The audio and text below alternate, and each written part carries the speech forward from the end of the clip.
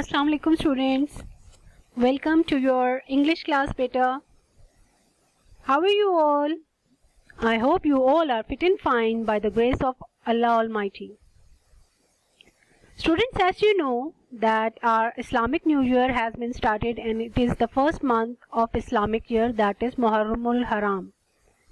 So let us all pray to Almighty Allah for ourselves and for our country's prosperity as well. As you all know that our 9th week has been started and I hope everyone is learning new things every week. Today beta we are going to start our unit 8 of student book and that is Snowflake Leah. Interesting topic, na?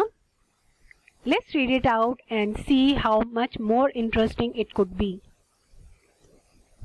Before starting the lecture, let's set some objectives. Our today's main objectives are that we will read our text with correct pronunciation and in the end we can comprehend it and learn more about symmetrical shapes. So are you excited to start the lesson? Let's start it. Before starting it, let's discuss something which we have already discussed in Unit 7 and that is symmetrical shapes. Do you remember them? Now, can you identify these pictures? Look at picture 1. Which kind of symmetry it is showing? Yes? Okay.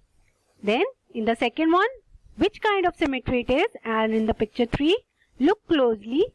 Which kind of symmetries these 3 pictures are showing? Well done! My class knows the answer. Now let's see the correct answers. The first picture shows us rotational symmetry. That means when it rotates in a symmetry. Then we have reflectional symmetry. Yes, because it is showing us the mirror image. And then in the last, translational symmetry, because it has certain patterns. My class is very intelligent, I must say. Okay, now, are you excited to read the next chapter? And that is Snowflake's Leah. It is a very interesting topic, students. So, let's read it. Are you ready? Let's start the reading. Page 80. Read. Snowflake Leah. As Leah Bentley walked home from school on a crisp October afternoon, she saw images of symmetry all around her. In the faces of people and the clothes they wore, in the buildings she passed, and in the cars that went by. The birds in the sky were symmetrical, even the autumn leaves that covered the sidewalk and crunched beneath her feet. A butterfly landed on a branch above her, and Leah suddenly stopped. She held her breath and smiled, watching as it opened and closed its perfectly symmetrical wings. All that month, Leah's class had been studying different forms of symmetry, and Leah was fascinated. They'd observed the mirror symmetry of spiders and violins and the rotational symmetry of starfish and pinwheels. They'd even studied the mysteries of fractals with their symmetry of scale by using a microscope to look at the veins of a leaf. Now Mr. Ferris, their science teacher, had given them their final assignment, to find the most beautiful example of symmetry and give a report to the class on it. Leah stared at the assignment in her notebook. The most beautiful example of symmetry, she thought. What on earth could that be? Halfway through the school year, she'd been given a microscope for her birthday. Now she realized that she could use it to study symmetry on a minute scale. With her parents' permission, she set up what she called her laboratory in the shed. The microscope stood on a table, surrounded by piles of paper on which she'd made copious notes. She longed to find an example of symmetry that would surpass all the others. Leah spent hours on the examination of cells, fragments of rock, and drops of pond water that teemed with strange symmetrical life. Although she was amazed by what she saw, it bothered her that none of it seemed to fulfill the assignment. None of it was truly beautiful. "What are you bringing to class?" Leah asked her friend Matt on the bus ride to school. "A model airplane," replied Matt triumphantly. And my brother Leo is bringing his guitar. Those things are nice, thought Leah, but there must be something more beautiful out there. That night, she stayed in the shed until her father called her inside. Come on, Leah, it's getting chilly out. The weather forecast says it's going to snow. Okay, beta, have you heard the reading? I hope the chapter is little clear to you. Let's discuss this page. Beta, on this page we have learned that there is a girl named Leah and she has been given a task, an assignment to find the symmetrical shapes. She is very excited to find them, and when she reached home, she went to her laboratory and there she started looking for asymmetrical shapes. She asked her friend Matt that what he is going to do for the assignment, and he told her that he is going to bring a model airplane and his brother is going to bring guitar. As it is turning night and the weather is turning chilly, so Leah's father called her in from her shed. I hope this page is clear to you. Beta, do you know the meaning of copious? Yes, it means present in large quantity. That means something which has in a large amount. What does the word fragments mean? Do you know? Yes, it means that something broken off. And what does triumphantly means? Yes, it means rejoicing or victorious. That means happily, you can also say. Now let's read the next page and see what happened next. Are you ready? Let's start the reading. Leah's heart sank. Snow meant winter was on its way.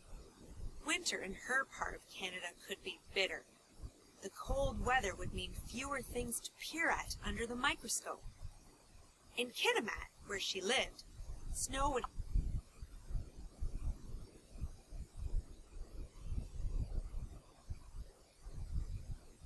microscope. Snow meant winter was on its way. Winter in her part of Canada could be bitter. The cold weather would mean fewer things to peer at under the microscope. In Kitimat, where she lived, snow would often cover the area like a blanket, hiding everything from sight. A cold wind blew through the shed, and the lights flickered. Her assignment was due in just a few days. Leah began to feel panic. Come inside, her father called again. Be there in a minute, Dad, Leah called back. Just then, the shed door was blown open by a strong gust of wind. Wow, winter is coming, thought Leah. As she turned her head against the wind, she caught sight of a single snowflake that had blown into the shed and onto the stage of her microscope. Leah scrambled to look through the eyepiece, and to her astonishment, she saw the most dazzling and beautiful example of symmetry she could ever have imagined. Of course, she exclaimed, a snowflake! Why didn't I think of that before? She peered through the eyepiece again to take a closer look, and was startled to find that there was nothing there. The snowflake had vanished, melted, she realized, taking all of its beauty with it. No! Wait! Oh no! Cried Leah. She had to take the snowflake to class, but how? It would melt before she could even get on the bus. Then she had an idea. Leah ran to the house and grabbed her camera. Within minutes, she'd managed to attach it to the microscope.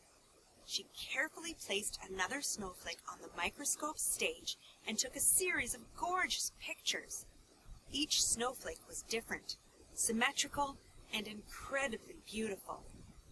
That semester, Leah, the girl whose snowflake photos were the talk of the town, was given a nickname by her friends and teachers. From then on, they called her Snowflake Leah.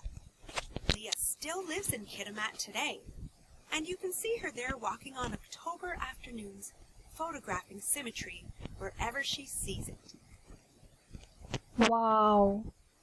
What an intelligent girl Leah is. Don't you think so, boys and girls? Yes, she is, because she has found a very beautiful solution, very beautiful assignment, and that is snowflakes. So what happened, beta, that she finally found her symmetrical shape, and that is, yes, the snowflakes. And after that she have taken the photographs and took them to her class, and everyone admired her work. And till today she is known as Snowflake Leah. I hope you enjoyed this chapter as much as I have enjoyed it. Let's start this exercise now, beta. Okay, this is your page of exercise, that is comprehension, page number 82. Look at exercise B now. Circle the correct answer. Why did Leah hold her breath when she saw the butterfly? Can you guess the right answer? Yes, it's option C. Which kind of symmetry did Leah's class not studied? Very good, it's option B. Then we have question, what was Leah's friend Matt bringing to class? He's bringing he's bringing a model airplane. Very good. What two devices did Leah use to finish her assignment? Yes, number D option, a camera and a microscope. Well done, class. Come to exercise C now. Answer the question. Was the cold weather a good or a bad thing for Leah, and why? Is it a bad thing for Leah or good thing that it was a winter season? Yes, you are getting the answer. And why it is good or bad? Well done, your answer is correct. Because it gives the idea of snowflake. Very good. It is good idea for good thing for Leah. Why could Leah take a snowflakes to the class? It's a very easy answer, because it melts. Did people like Leah's photos of snowflakes? How do you know? Yes, people like Leah's photographs as they named her Snowflake Leah. So they admire her work very much. You have to do the first 3 questions in your notebooks. Now exercise D. Look at the answers you circled in the story, then use them to complete the sentences. Number 1. A big gust of wind turned my umbrella inside out. Could you please pick up those piles of clothes on the floor? The forecast says it's going to be hot tomorrow. A campfire flickered in the distance. Were you bothered when you didn't win the competition? I scrambled to catch the bus before it left. I hope you get the answers. So beta, your today's assignments are that you have to learn this dictation and write it neatly in your notebook, and you also have to do your workbook page, that is your page 70-71. On page 70 you have to do the puzzle. You have to solve this puzzle. You have to find these words. Then use these words over here as well. Then on page 71 you have to take these words, fill in the blanks, then find out which one is adjective, noun, verb and adverb. Is that clear? Your second assignment, that will be due for your Friday class, and that is word synonyms, question answers, and then we have workbook page 73-74. Remember boys that you have to draw a margin line on every page on your notebook before you start your dictation words. Then write date and day on the top of the page. Use only blue markers to write down the headings. Use blue color pencil to underline it. Okay, and most importantly, cover your notebooks and your workbooks as well. So what we have learned today? We have learned how to comprehend the text, and we have learned more about symmetrical shapes. I hope you learned a new lesson today. Thank you very much, and Allah Hafiz.